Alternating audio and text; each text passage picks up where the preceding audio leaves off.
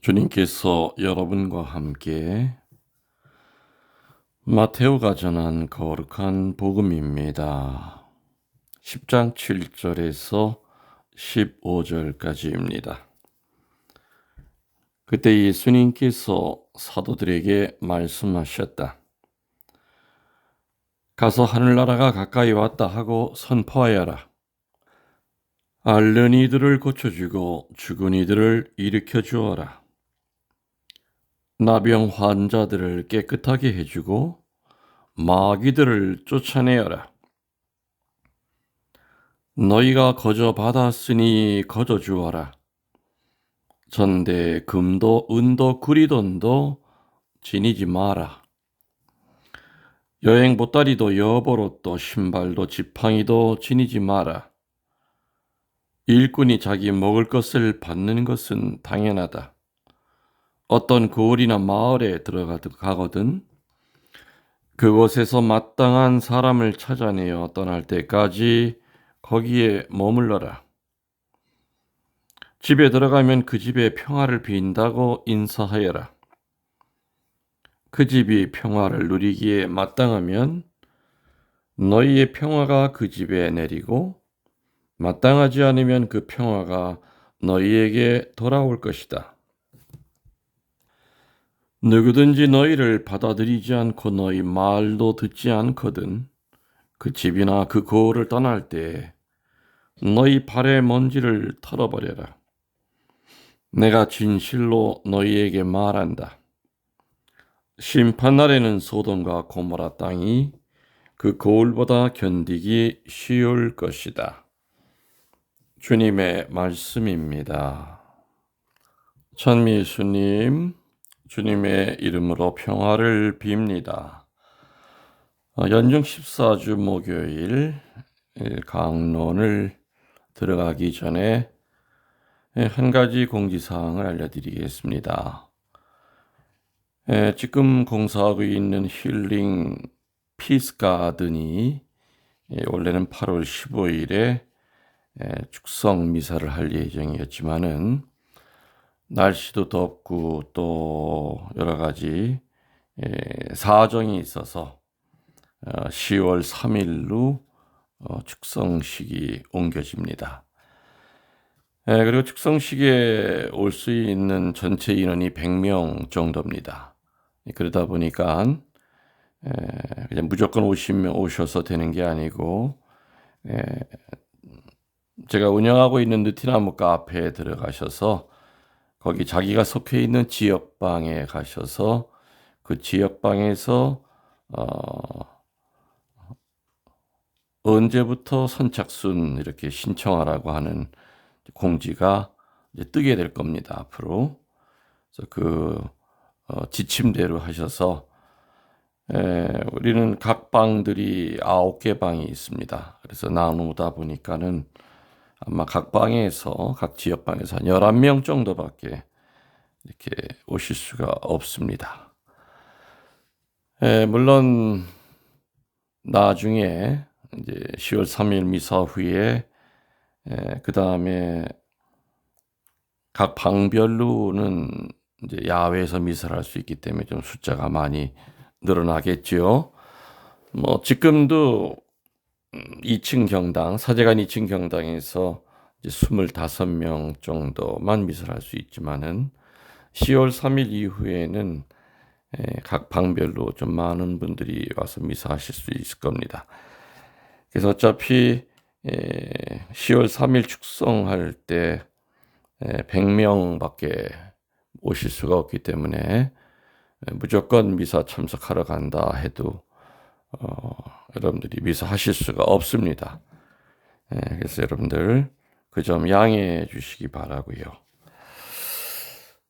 오늘 복음 잠깐 묵상하도록 하겠습니다. 오늘 복음의 주제는 거저 받았으니 거저 주어랍니다. 거저 받았기 때문에 거저 주어라.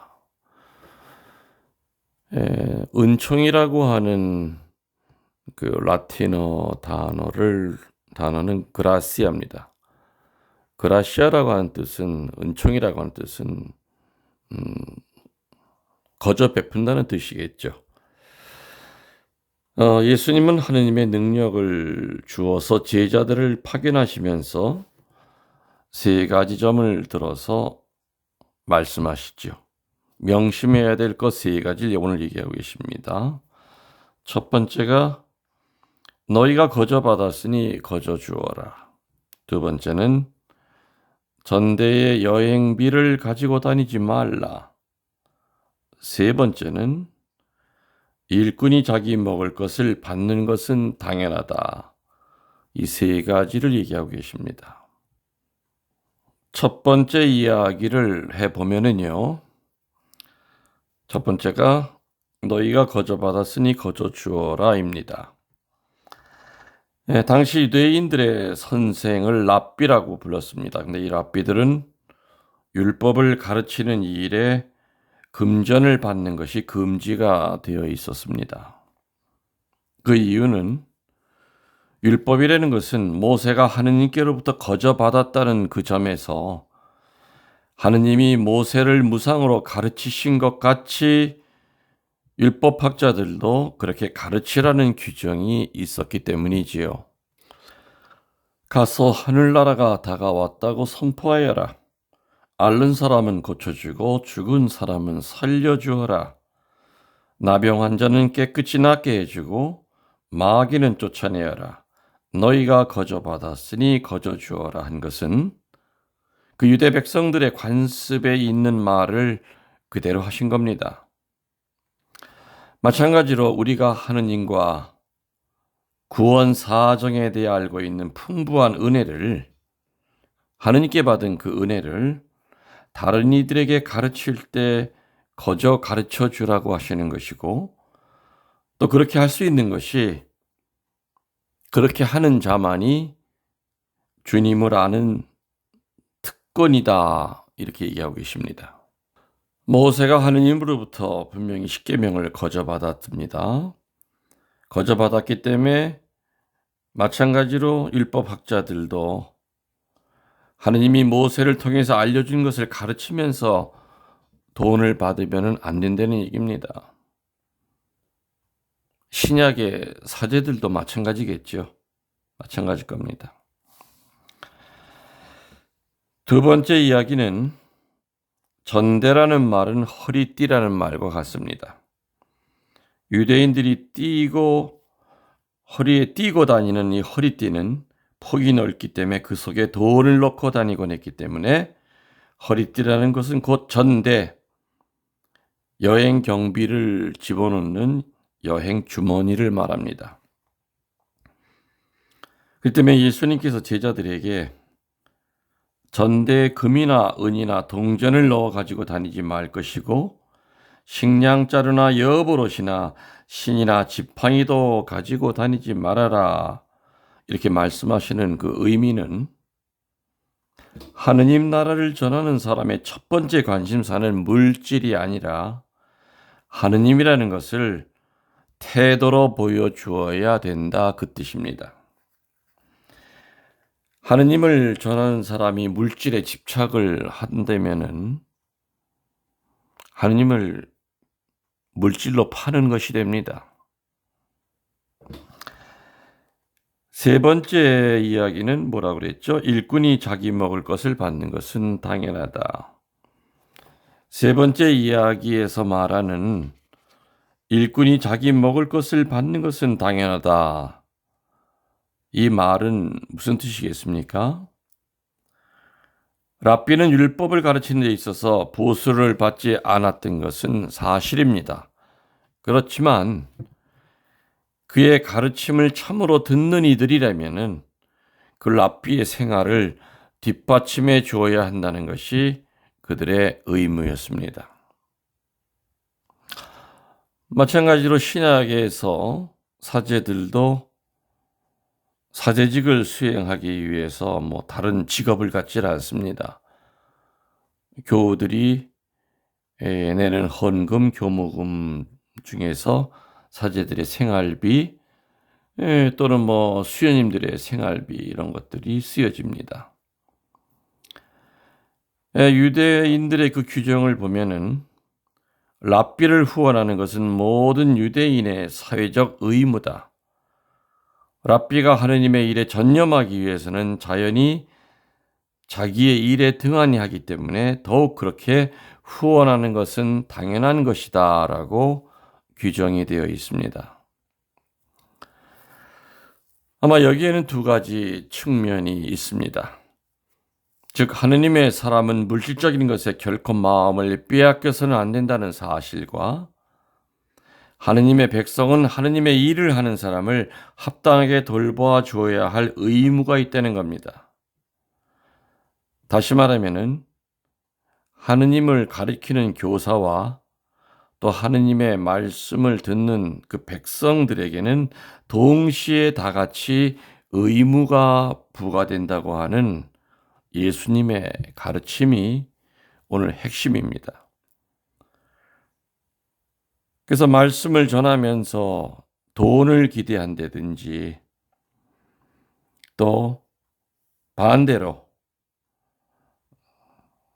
사제들이라든지 하나님을 가리키는 사람들에 대한 그런 기본적인 부양의 의무를 신자들이 저버린다면 안 된다는 얘기죠. 그래서 사제들은 온전히 하느님의 구원 사업을 하기 위하여 신자들의 그러한 보살핌을 받습니다. 또 사제들은 하느님의 말씀을 거저받았기 때문에 욕심 부리지 않고 물질에 대한 집착을 하지 않고 온전히 양들을 온전히 돌보는데 전심전력을 해야 됩니다. 다시 말하면 신자들의 행복이 사제들의 첫 번째 묵상거리요 또한 과제가 되어야 됩니다. 사목자들은 온전히 비운 마음으로 물질에 집착하지 말고 양들을 돌봐야 되고 또한 양들은 사제들이 온전히 하느님의 사업을 할 수 있도록 사목을 할 수 있도록 또한 물질적으로 사제들을 도와야 된다는 겁니다. 사제들이 물질에 집착을 하고 또 신자들도 사제들을 지켜야 되는 그 의무를 소홀히 한다면은 그것은 참다운 교회 공동체라고 할 수가 없을 겁니다. 오늘 말씀 우리들이 묵상하면서 혹시라도 비단 사제에게만 해당되는 일이 아닙니다.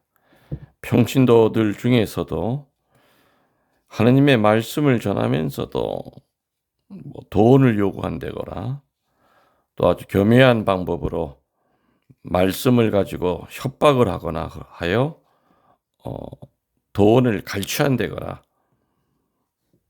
이거는 사탄의 짓입니다. 하느님의 말씀을 온전히 전하면 결코 굶어 죽는 일 없습니다. 하느님이 필요한 양식을 주신다는 겁니다. 그래서 물질보다 하느님이 첫 번자리에 있어야 되는 것이 말씀을 전하는 사람들의 중요한 의무입니다. 그 점 깊이 명심하면서 말씀을 전하는 사람들이 물질의 유혹에 넘어가지 않도록 신자들도 뒤에서 열심히 기도해 주시기 바랍니다. 여러분들 영혼의 영혼을 더하여 사랑합니다. 전능하신 천주 성부와 성자와 성령께서는 이 말씀을 듣는 모든 이들에게 강복하소서. 아멘.